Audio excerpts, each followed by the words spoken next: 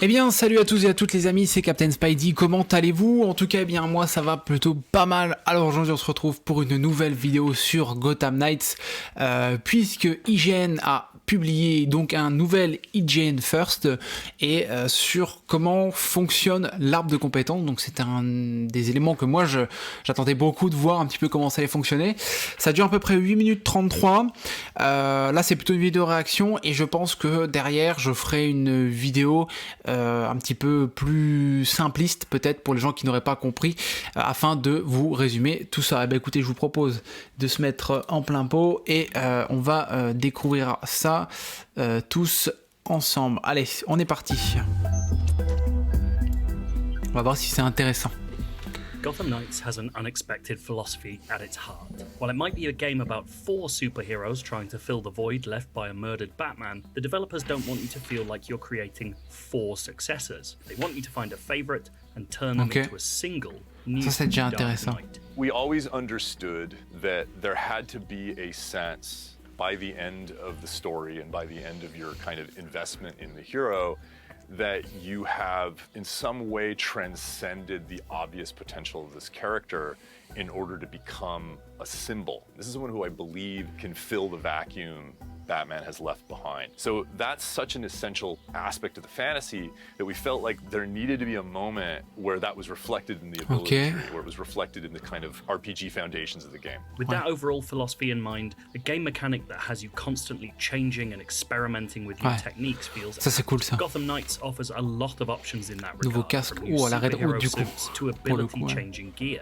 but it doesn't make that idea clearer than in its skill trees. The main abilities that you see on the ability tree are abilities that you unlock after you've earned ability points. And that's something that's a natural function of leveling up in the sort of standard RPG way. You get XP, you level up, you get some ability points. And there's, dependencies and prerequisites like you would normally see in an action RPG. But that is the gating mechanism for those abilities. You're spending points, you're deciding where you want to spend them. Of course, with 4 different heroes, you're likely to want to experiment. And the game accounts for that without feeling like you're leaving anyone behind while not playing with them. Obviously, we're a multi-protagonist game, and we expect that a lot of players are going to kind of identify fairly quickly that, okay, I like this hero, this character matches my style of play, I'm invested in their progression and in their evolution, I want to play that character for a long time. That said, there's 3 other heroes that you may decide at some point it would be interesting for you to try and that you want to be able to jump into playing without feeling like you're being penalized. Ah, mais ça c'est intéressant par contre. And redo a whole bunch of work in order to kind of get them advanced. Ça, so then what happens is if you decide to switch characters, basically you now have a kind of surplus of ability points that you can go into the menu and spend. Ça c'est grave cool. Le fait que même si vous maxez un perso, vous n'êtes pas obligé de tout recommencer. Ça c'est vraiment intéressant. Et ça il l'avait déjà dit normalement. Mais du coup ça se concrétise. Allowing you to build different versions of the same hero. Batgirl can specialize in one-on-one melee combat, but she can also focus on hacking abilities or survivability. Nightwing can build on his acrobatics, but can also offer massive buffs for co-op play. Robin can improve on his preternatural talents for stealth, but he could equally work on tech that helps provide decoys or enhance elemental effects. And in this footage, we're showing off all of Red Hood's trees in their totality. So the Marksman Tree is kind of self-explanatory. It's really about dealing more damage at range. That skill tree focuses mostly on damage per second and rewards for shooting and rewards for taking the time to use precision aim. The Brawler skill tree is about melee combat, but more importantly, it's about powering up the fact that Red Hood is our largest character and he's got the best grab and throw mechanics in Gotham Knights. That's a really, sort of brutal hand-to-hand focused skill tree. Ouais, so brutal, if you're into that style of play, it's a great place to invest early to get the most out of Red Hood. The Vengeance tree is essentially reflecting Red Hood's rage in different ways. He can be an intimidating character. It's sort of about leveraging parts of his personality and embodying them as abilities that allows him to be more frightening and to deal more damage against certain types of enemies that he is truly angry inside about. Now, you may have noticed that there's a fourth tree on that list, Knighthood. Perhaps the most interesting of all the ability options, Knighthood is available for every character and represents a moment of self-actualization where your hero has worked out how they can become their own Dark Knight, rather than just a new Batman.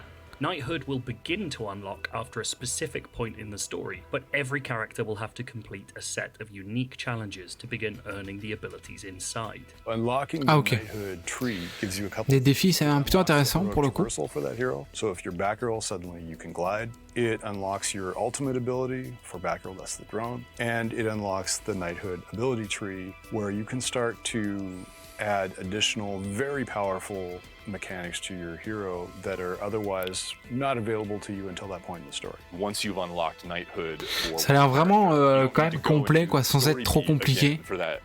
Et ça, je trouve ça vraiment intéressant.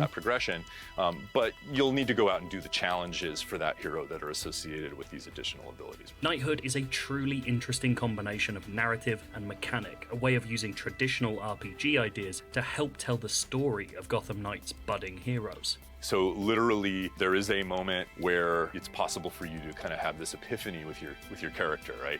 It can be the moment that Robin suddenly, he's like staring at the Batman shrine in the Belfry, and he's like looking at the gauntlet, thinking about the technology and how Batman used it, because he's like the most recent member of that team, and Robin's thinking to himself, wait a minute, Batman wasn't just what was in the Batcave or just what he had on his person. It was also his relationship and his connection to the bigger universe of these superheroes, right? The Justice League satellite. So that's kind of the moment where he goes, wait, I can tap into that. I can absolutely tap into that. And if I use it this way, it's going to open up a set of abilities and some ways of fighting crime.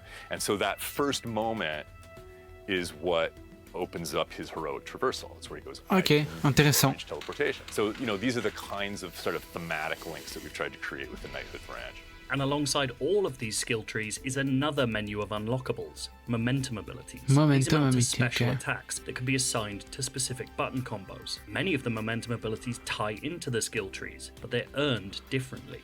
In the case of the momentum abilities, you're getting those by engaging in challenges in the world. When you look at the momentum ability breakdown, je pense que ça va être pratique ça du coup les momentum, les capacités d'élan, si on peut appeler ça comme ça. Between abilities in different trees actually happens between the momentum abilities tab and the rest of the trees. For example, Batgirl's beatdown is a momentum ability, but can be powered up by other abilities in her tree that allow her to do it more effectively and with piercing damage, which the ability doesn't usually have at the start. The developers' goals with all of c'est un peu des capacités héroïques, quoi, du coup, entre guillemets. To an action game, but to provide a legitimate sense that your heroes are growing, learning and changing throughout the course of Gotham Knights' story. As a player, you're being asked to help create your own versions of those heroes, and the team doesn't want you to simply be able to fill out an entire skill tree on your first playthrough, encouraging you instead to pick and choose carefully. If you're playing through Gotham Knights in a regular way, so